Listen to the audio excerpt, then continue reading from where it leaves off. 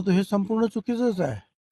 पायलटच्या सीटवर पायलटच बसले पाहिजेत. साहेब जय पवार यांनी एक व्हिडिओ ट्विट केलेला आहे. त्याच्यामध्ये तो जो मालक आहे तो त्या पायलट सीटवर बसलेला आहे. त्याच्यामुळे पुन्हा एकदा काही प्रश्न निर्माण झालेत. अर्थात तो पायलट च्या सीटवर बसलेला आहे.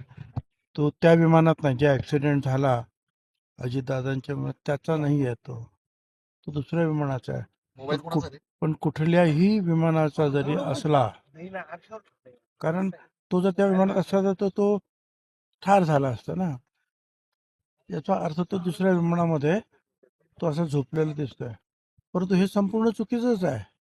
पायलटच्या सीटवर पायलटच बसले पाहिजेत आणि त्याने न झोपता जे आहे पूर्णपणे विमानाचा जो आहे ताबा घेऊन त्याप्रमाणे ते विमान चालवलं पाहिजे. तर तो मालक जर अशा रीतीने जर झोपला असेल तर हा निष्काळजीपणा आणि माजोरीपणा आहे. त्याच्यावर कारवाई करायला लागेल. साहेब त्याच्यात आणखी एक विषय समोर येतोय की ते विमान जे आहे ते एका झाडाला आदळल्यानंतर अपघात झाला. तिथल्या स्थानिकांचं म्हणणं आहे की त्या ठिकाणी कुठलं झाड नव्हतंच. मला पण मी ज्यावेळेस तिथे गेलो तेव्हा कुणी तिथे झाडाला आदळलं वगैरे असं मला कुणीतरी म्हटलं नाही. आणि तेवढंच नाही तर त्या विमानतळावर अजितदादांच्या स्वागतासाठी शेकडो लोक जमले होते, मीडियाचे लोक जमले होते. ते कुणीही असं म्हणत नाही की तिथे काही झाडाला आदळलं वगैरे. त्याच्यामुळे मला सुद्धा आश्चर्य वाटलं, कुठल्या झाडाला आदळलं. एकही मनुष्य तिथे असा भेटला नाही की तो बोलला की झाडाला आदळलं.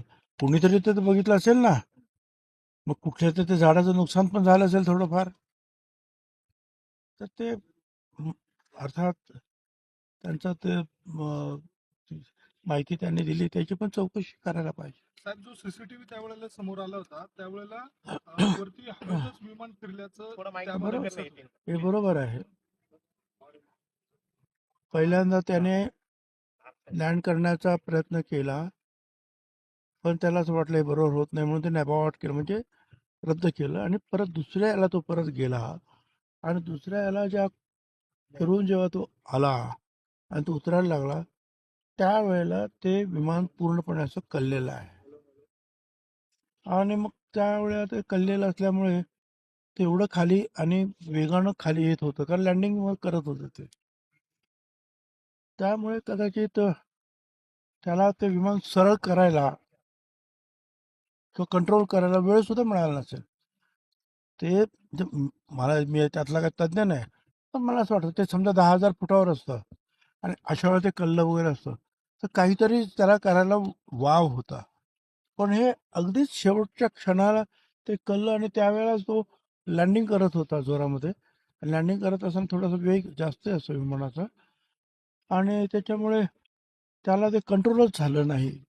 अर्थात ते सगळं जे आहे DGCAचे लोक जे आहे वगैरे वगैरे ते काय आणखीन काय सांगतात त्याची सुद्धा छानबीन तर होईलच. कोणी काय सांगतं झाडाला आदळलं आणि एकही माणूस जे आहे शेकडो हजारो लोकांमधला आतापर्यंत म्हणाला नाही की तो झाडावर आदळलं. त्यामुळे मला सुद्धा आश्चर्य वाटलं की कुठच्या